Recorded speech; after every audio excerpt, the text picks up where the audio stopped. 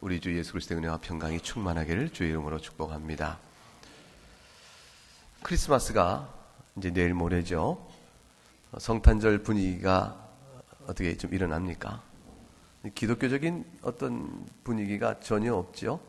어릴 때만 해도 길에서 그냥 캐롤 들렸고 곳곳에 이런저런 장식들이 성탄절의 분위기를 많이 생각나게 했었던 그런 때였는데 지금은 전혀 그렇지 않습니다. 방송도 별다른 특집이 없는 것 같고요. 흔히들 어떤 날이 특별한 날이 되었는데 그날을 잘 사람들이 알고 있을까 싶을 때 방송국에서 잘하는 것 중에 하나가 길거리 인터뷰입니다. 그 길 가는 사람 잘 붙잡고 개천절인데 무슨 날인지 아세요? 그러면 뭐라고 그러십니까? 아는 사람들이 엉뚱하게 우리나라가 일본에서 해방된 날이요 이렇게 얘기하거나 전혀 엉뚱한 대답이 나오죠. 그러면 이제 멘트가 나옵니다. 이렇게 그날의 의미를 모릅니다. 큰일입니다. 그럽니다. 우리가 예배 끝나고 나가면서 길에 있는 분들에게 길거리 인터뷰하면 어떤 반응이 나올까요? 성탄절인데 성탄절이면 무슨 날인지 아십니까? 물어보면 대답이 어떨까요? 예수님이 탄생한 날입니다. 그 대답은 아마 다 하시겠죠? 어떻게 여러분 판단 어때요? 그 대답을 못하는 분은 아마 없을 것 같아요. 다 아실 거라 믿고 그래서 성탄절은 잘 아는 거 아닌가 이렇게 생각이 듭니다만 질문을 슬쩍 바꿔서 이렇게 물어보자고요. 성탄절 하면 가장 먼저 떠오르는 건 뭐예요? 이렇게 물어본다든가 성탄절 하면 생각나는 것 하나 얘기해 보세요. 이렇게 된다면 그때 예수 그리스도 이렇게 나오는 일이 얼마나 답이 나올까? 그렇게 질문을 하게 되면 아마 대답이 여러분 어떤 거 예상하세요? 예상답 어떤 거 나와요? 선물, 산타 클로스, 등등. 그러나 예수님이 우리를 위해서 구속하신다, 구원하신다. 그런 성탄절의 본래적인 의미는 중요하고 기억나는 답으로 나오지 않을 겁니다. 세상에 이제 성탄절의 의미가 그만큼 교회 밖에서는 퇴색되어 있다 볼 수가 있어요. 시청 앞에 큰 트리가 있죠. 12월 1일이면 점등식을 하고 그래서 큰 트리를 만듭니다. 그 트리에 그 점등한 것이 얼마나 오랫동안 계속 켜놓은지 아십니까? 12월 31일, 1월 3일까지 이렇게 켜놓습니다. 저도 1월 3일까지 켜놓는데 말썽이 났었죠. 몇 년 전에 시청 앞에 트리를 이렇게 만드는데 트리에 등불 달아놓잖아요. 불을 달아놓는데 그 맨 꼭대기에 달아놓는 게 십자가를 달아놨어요. 이런 거 아십니까? 시청 앞에 큰 트리 맨 위에 십자가. 그러니까 굉장히 저항되어 있고 불만 있고 막 소리가 나오고 논란이 됐었어요. 왜 크리스마스 트리에 십자가를 다느냐? 왜 십자가를 다느냐? 그럼 뭘 다느냐? 했더니 별을 달아야지. 그런 거죠.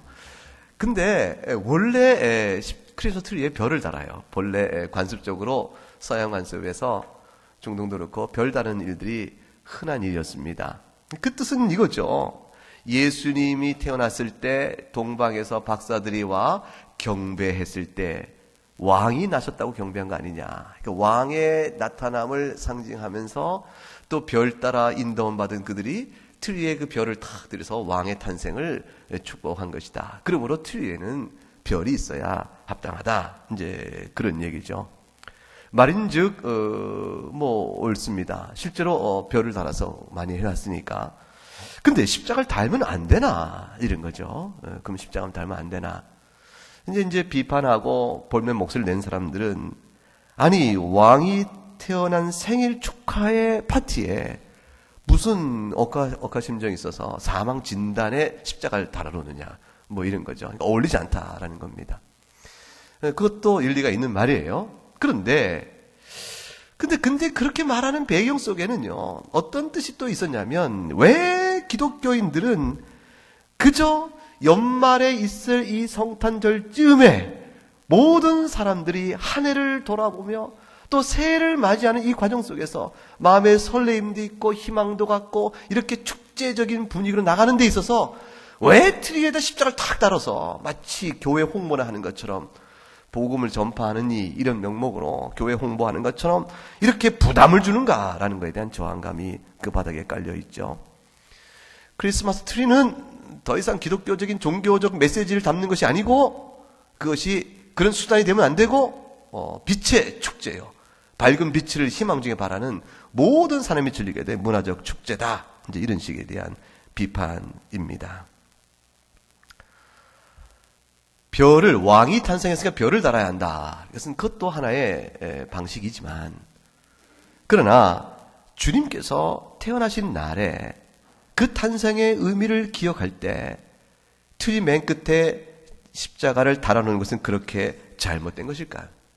이게 디자인의 문제거든요.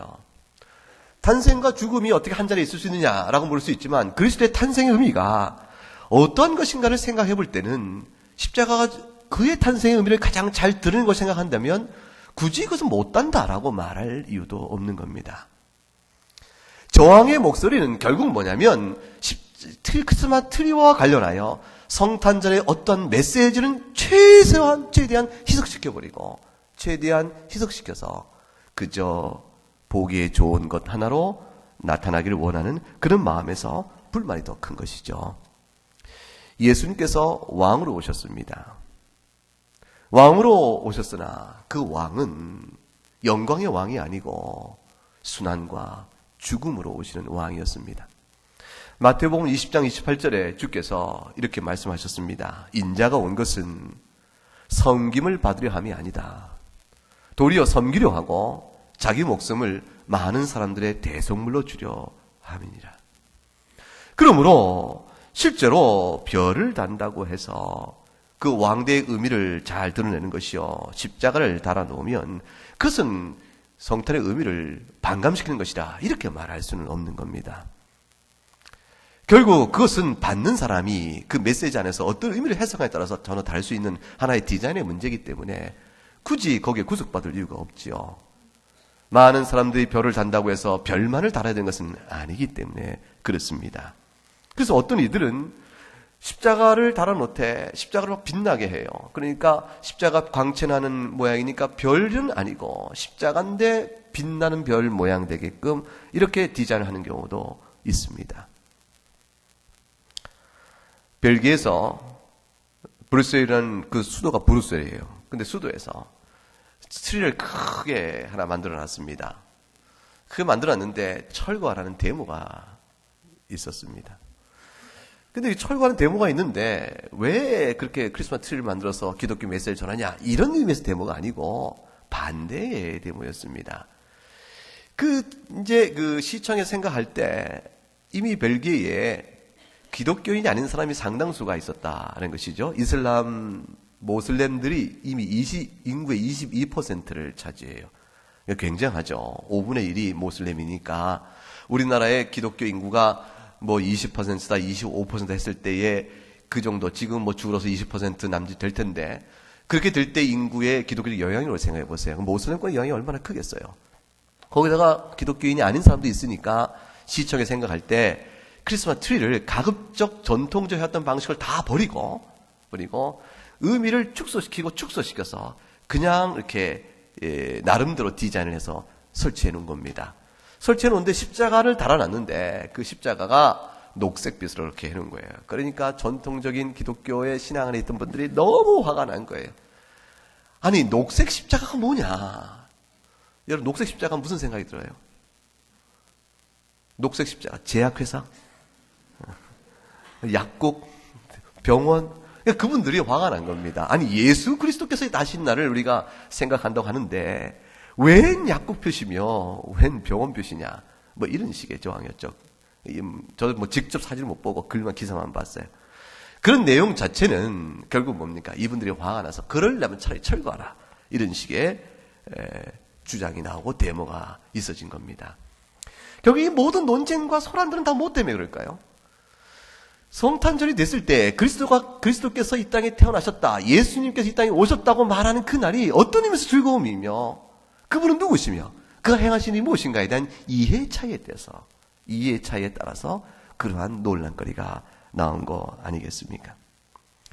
예수님이 오늘 본문에서 바로 그 점을 짚어요. 길거리 인터뷰를 했을 때 사람들이 인자를 누구라 하느냐 제대로 물은 겁니다. 사람들이 인자를 누구라 하느냐, 그것은 길거리에 다니는 사람들이 누구라 하느냐 이렇게 물어본 것과 같은 거죠. 제자들이 답을 합니다. 이렇게 답을 했어요. 더러는 세례 요한이요, 더러는 엘리야요, 어떤 이는 에레미야냐, 선지자의 하나라고 합니다. 예수님의 생각은요, 예수님에 대한 사람들의 생각은 이거 외에 사뭇 다양했습니다. 근데 제자들의 이야기는, 이 대답은 그 중에서 걸러낸 거예요. 여러분 생각 어때요? 세례 요한이요, 엘리야요, 예레미야요, 선지자의 하나입니다 이렇게 말하면 그 나쁜 표현입니까? 그게 좋은 표현입니까? 이거 그렇게 나쁜 표현 아니죠? 여러분 뭐 누군가가 여러분에게, 아니 뭐 저에게 김 목사 어떠냐 했더니 선지자 중에 하나다 이렇게 말하면 제가 기분 나빠하겠습니까? 어떻게 그걸 알았느냐 뭐 이렇게 그걸 알았느냐 뭐 이렇게. 사람이 이게 좋은 표현들 아니겠어요? 제자들이 예수님 상처받지 않도록 가급적이면 줄여서 나름대로 신경 써서 대답한 거죠. 사람들이 예수에 대해 행한 많은 말들 가운데서 그래도 괜찮은 걸 걸러서 대답을 한 겁니다. 그 외에 어떤 말들이 있었을까요? 예수님에 대해서. 마태복음 11장 19절에 나오는데 술을 좋아한다 그런 말이 있는 거예요. 예수님 먹기를 탐하고 포도를 즐기는 사람이요 세리와 죄인의 친구라 했으니까, 예수님이 길거리 인터뷰에 나를 누구라, 그들이 나를 누구라 하느냐 했더니 예수님은 술을 좋아하고요 먹는 것 좋아하는 분이요. 그냥 방탕한 거죠. 그리고 세리와 죄인의 친구다 하니까 볼 것이 없는 사람이요, 타락한 사람입니다. 주님을 그렇게 말합니다. 이 말을 차마 옮기지 못한 겁니다. 더 나아가서 12장 24절에 가게 되면 바알세불을 쫓는 자라 이런 말이 나와요. 귀신의 왕 바알세불을 힘있지 않고 귀신을 쫓아내지 못한다 했으니 예수님, 사람들이 예수님을 바알세불 쫓는 자라고 말합니다. 이 말은 차마 못한 거죠. 예수님은 다 들어 알고 계세요. 그래서 다 걷어내고 그들이 이렇게 말한 겁니다. 세례 요한입니다. 그런 겁니다. 세례 요한이라는 말은 예수님 너무 모르시지 않으셨죠? 사람들이 예수님에 대해 뭐라고 말하는지 예수님이 몰라 물으신 게 아니에요. 실제로 마태복음 14장 1, 2절에 우리가 이미 살펴본 본문들인데, 본부왕 헤롯이 예수님의 소문을 듣고 뭐라고 말했냐면, 이건 세례 요한이 살아난 것이구나. 세례 요한이 죽은 자 가운데 살아난 거야. 이런 능력이 그 속에 역사하고 있다. 이렇게 말했으니까 이 말을 듣고 예수님이 헤롯을 떠나 몸을 피하셨습니다. 그 예수님이 세례 요한이라 일컫는 그들의 말도 있을 것이라 예상을 하고 계신 것이죠. 어떤 이가 말합니다. 이야, 당신 예수에 대한 소문 들었나? 나도 들었지. 그 사실일까? 그 사실이래. 많은 사람들이 다 그걸 믿고 있던데 소경을 눈을 뜨게 했다는 거야. 아니 어떻게 그런 일이 있지? 그뿐이 아니야. 귀신들이 잘 고쳤어. 그분이 가르치는 그 말씀의 권세는 이것 봐, 서기관이 가르치는 거 달라. 그게 그래? 그 정말 대단하네. 그 사람이 누굴까? 내 생각에는 그 예수는 틀림없이 엘리야일 것 같아. 어떤 분이 그렇게 말한 거예요. 이 엘리야는 어떤 사람이에요? 열왕기상 18장 21절에 나옵니다. 엘리야가 모든 백성에게 나아가 이르되 너희가 어느 때까지 둘 사이에서 머뭇 못하리느냐. 너희 생각에 만일 여호와가 하나님이면 그를 따를 것이요, 만일 바알이 하나님이면 그를 쫓아라. 이스라엘이 바알과 우상 숭배에 쩌들어 버릴 때예요. 아합이라는 시대에 둘도 없는 악한 왕이죠. 그의 부인이 이세벨입니다. 둘이서 온 이스라엘을 전부 바알과 아세라를 섬기는 우상 숭배로 전부 더럽혔는 그때에 엘리야가 강하게 권력에 맞서서 영적 부패 세력에 맞서서 이스라엘을 경책하면서 하나님 앞에 굳건히 서라, 돌이키라. 근데 죄를 책망했던 권능의 선지자입니다. 그 유명한 갈멜산의 영적 전투에서는 바알 선자 450명, 아사 선자 400명, 850대 1의 싸움 속에서 하나님의 은혜의 권능으로 그대로 이겨서 그들 다 죽였던 그런 사역자입니다. 엘리야일 거야. 예수 저분의 말씀이 권능이 있어, 권세가 있고, 온 이스라엘이 지금 하나님 앞에서 바리새인들 그렇고 제장들 그렇고 타락해 있으니까 강렬하게 회개의 메시지가 나오지 않는가. 엘리야지. 그럼 어떤 이가 말합니다. 그런데 내 생각에는 예레미야 같아. 아니 왜? 에레미야는 어떤 선지자입니까? 에레미야는 눈물의 선지자예요.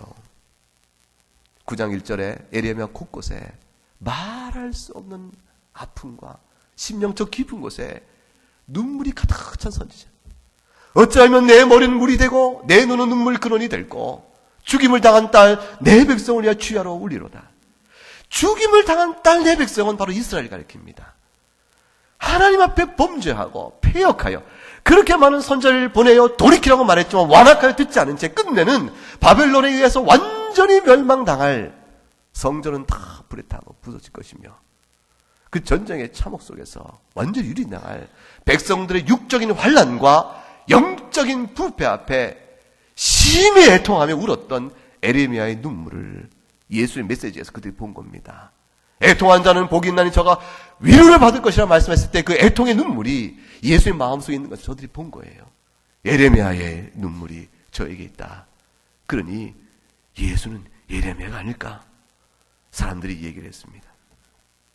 그런데 엘리야건 예레미야건 그 공통점은 뭐냐면 그들이 그렇게 수군수군 될 때 그들 마음속에 기대했던 건 뭐냐면 그 뒤에 올 메시아에 대한 기대였습니다. 엘리야가 오면 메시아가 올 것이다.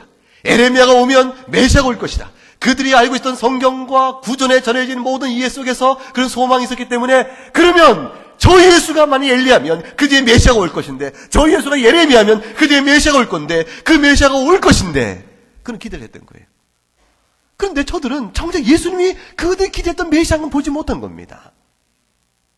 예수님이 마태복음 11장 14절에 만일 너희가 즐겨받을진대 오리라 한 엘리야가 바로 이 사람이냐. 이 사람은 세례 요한을 가리킵니다.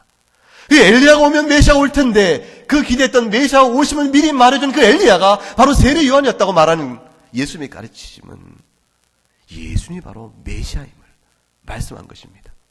근데 왜 저들이 아니 들었나? 예수님이 가는 소식을 들었나? 그가 소경을 눈뜨게 하며 절름발을 걷게 하며 감옥에 갇힌 자요 문둥병을 낫게 하며 모든 치유의 해방의 역사를 베풀었는데 들었나? 이렇게 물었을 때 왜 예수님이 그 메시아인 줄은 몰랐을까요? 그들은 왜 엘리야요 예레미야로만 예수님을 생각했을까? 그들이 기대한 메시아는 영광의 메시아였기 때문에 그렇습니다. 영광의 메시아가 이 땅에 오면 모든 문제가 한 번에 완전히 해결되는 것이었어요.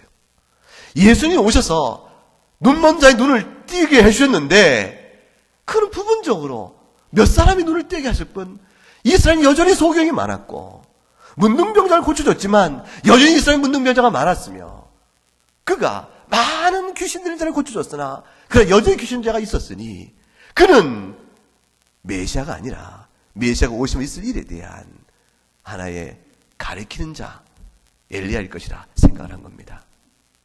예수님이 행하신 일들은 그 일이 영광의 메시아로서 오실 완성된 그 나라의 그 능력을 미리 나타내 보임으로 인해서 그리하여 하나님 나라가 무엇이고 죄 가운데 있는 자를 구원하시는 예수 그리스도의 사역을 드러내기 위한 하나의 표적이었으나 그들은 그 표적을 표적으로 보지 않은 채 영광의 메시아를 기다렸기 때문에 예수님을 통해서 그만 메시아를 보지 못한 거죠. 그들은 고난의 메시아를 보지 못한 겁니다. 예수님께서 제자들에게 이렇게 물으십니다.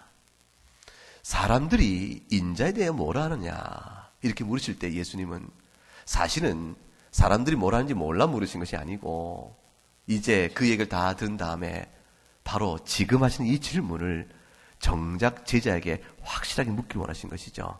그렇다면 사람들은 다 그렇게 말하는데 너희는 나를 누구라 하느냐? 너희는 나를 누구라 하느냐? 이제 주님의 질문은 바로 그 개인의 직접적인 신앙 고백으로 물으십니다. 베드로가 유명한 대답을 하죠. 16절에 한번 베드로의 대답을 우리 신앙으로 담아 같이 읽어보겠습니다. 시몬 베드로가 대답하여 이르되 주는 그리스도시요 살아계신 하나님의 아들이시니이다.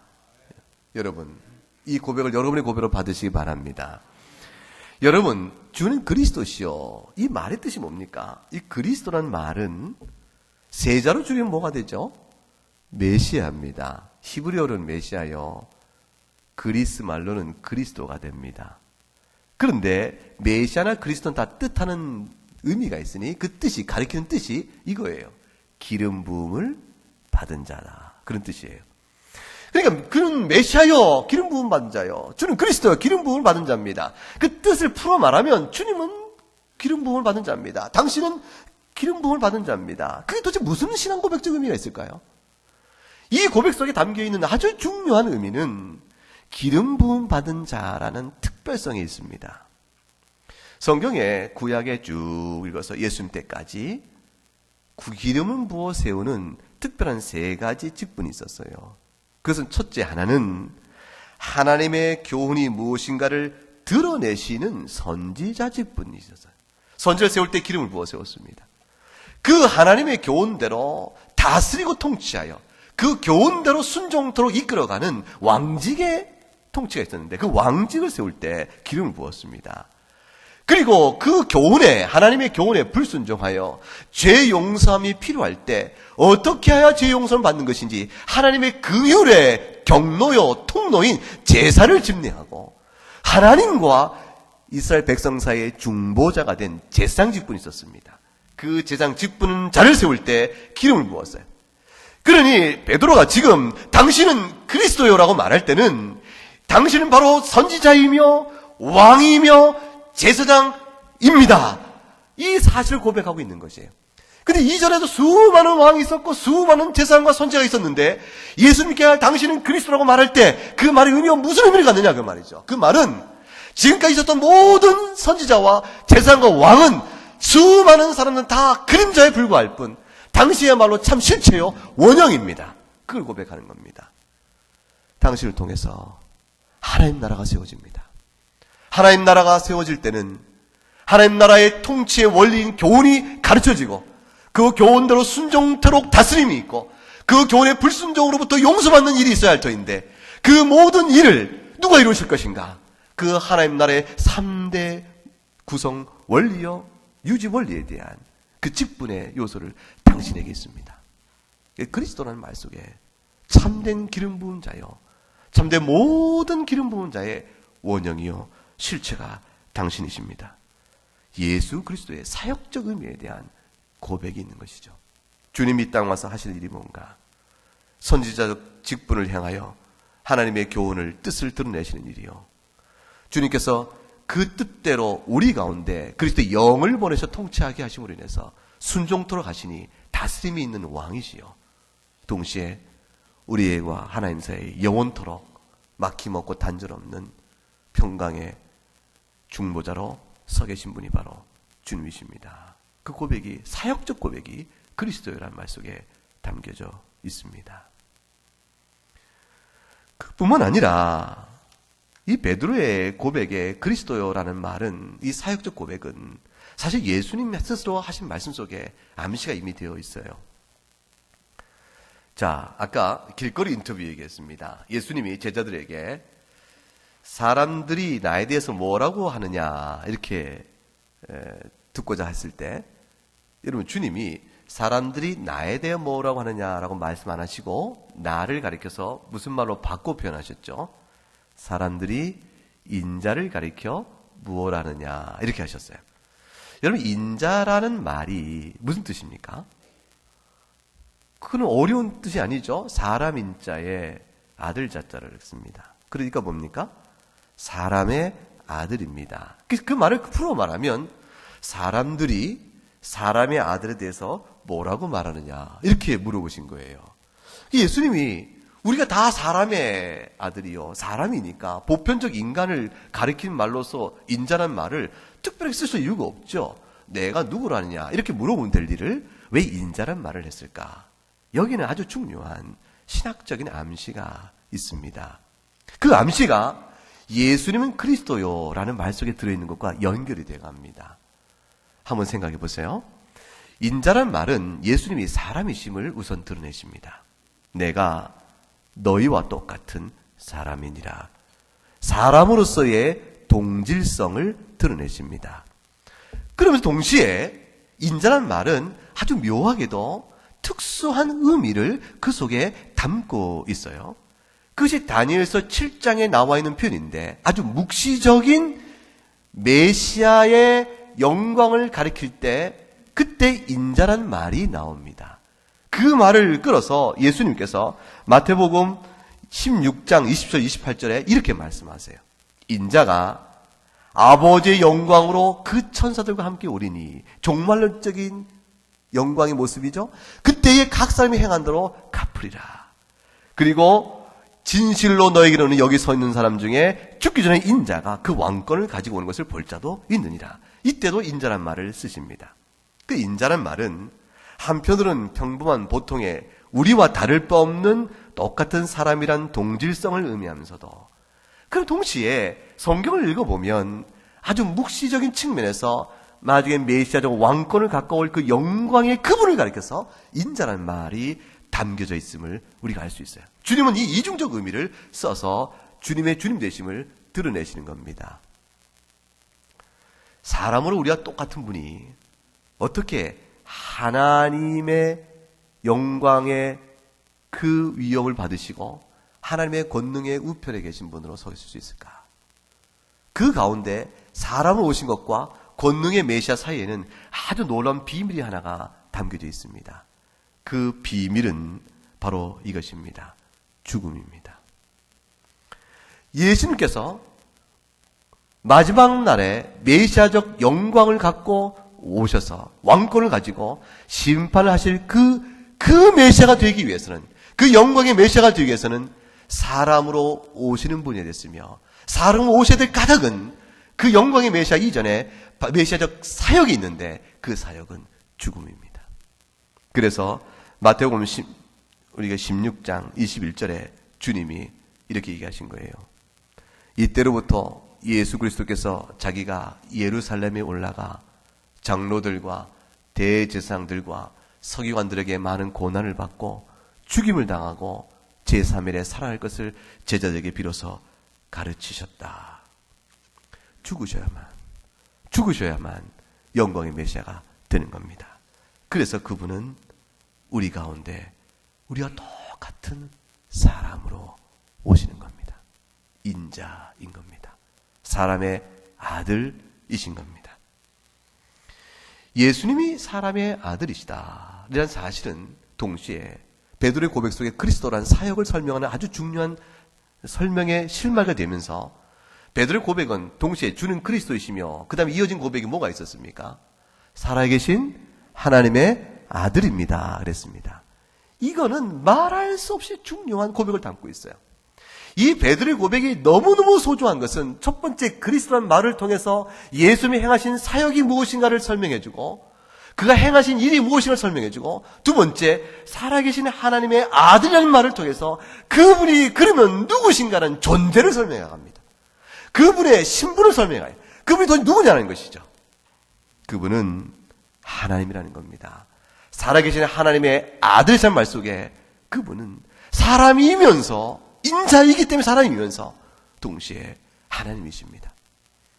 이사야 9장 6절에 보면, 여러분 여기 오른쪽에 첫 번째 벽에 붙어 있죠?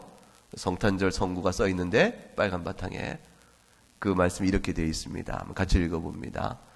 이는 한 아기가 우리에게 낳았고 그 어깨에는 정사를 메었고 그의 이름은 기묘자라 모사라 전능하신 하나님이라 영존하신 아버지라 평강의 왕이라 할 것임이니라.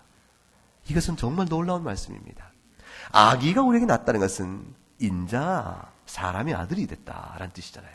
근데 그 아기는 어떤 분이신가? 기묘자라. 너무 신기한 분이에요.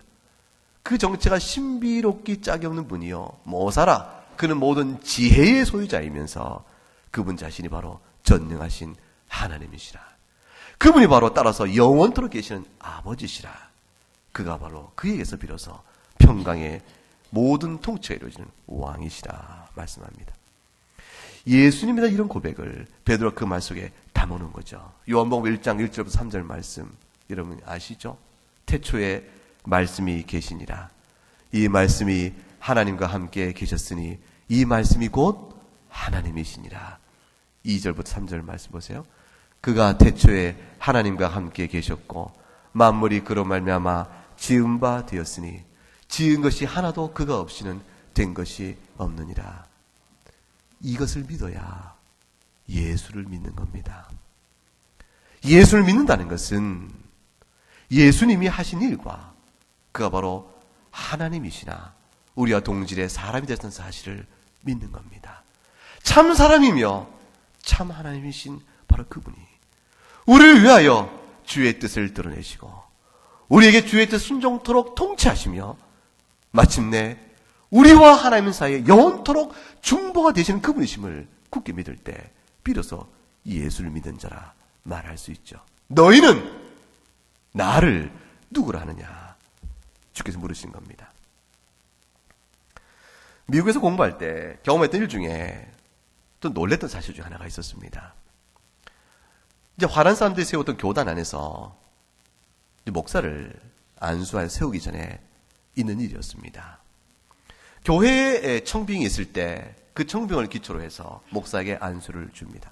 노회가 신학교 다 공부한 사람이고 또 시험에 합격하여 설교의 강도권을 얻은 사람이요. 또 교회에 여러 훈련을 받고 노회의 모든 지도의 교육의 양육의 과정을 다 통해서 마지막 남은 겁니다. 이제 시험은 합격했고 마지막 구술시험이 남아있는 겁니다. 구술시험을 통과하면 이제 목사 안수를 주고 그를 그 교회의 목사로 세우게 되어집니다. 청빙한 교회 교인들이 여기 앉아 있습니다. 청빙한 교회 모든 교인들이 앉아 있는 자리 속에서 여기 한 사람을 앉혀놓고 그리고 노회 치시관이 옆에 시험관들이 앉아 있습니다. 그리고 묻습니다. 그의 신학 사상을 점검하고 모든 교인 듣도록 물으며 그래서 그의 그 내면 안에 숨겨져 있는 가능한 모든 걸 드러내서 그로 하여금 강도권을 맡겨도 되는 것이며 그로 하여금 말씀의 선포권을 맡겨도 과연 이 교회가 진리 위에 바로 설 수 있겠는가? 그걸 점검하는 아주 최종적인 순간이죠. 그때 무엇을 물어야겠어요? 그에게 뭘 물어야겠습니까? 그때 묻는 첫 번째며 가장 중요한 질문이 무엇인지 아십니까? 그걸 듣고 얼마나 제가 놀랐는지 그 질문이 이거였습니다. Who is Jesus? 예수가 누구냐는 것이었어요. 여러분, 학습 문답 묻는 게 아니에요. 세례 문답 묻는 게 아닙니다. 지금 이제 막 예수를 믿겠다고 교회 출석해서 한 6개월 다닌 후에 학습교회를 세우기 위해서 예수가 누굽니까? 예수님이 우리의 구주입니다. 대답 잘했습니다. 지금 그렇게 묻는 자리가 아니고 얼마나 많은 동안의 신앙의 훈련이 있었고 전문적 신학 훈련을 받았고 노예 지도 안에 훈련 받았으며 이제 목사로 서는 그 자리 속에서 묻는 첫 번째 질문은 예수가 누굽니까?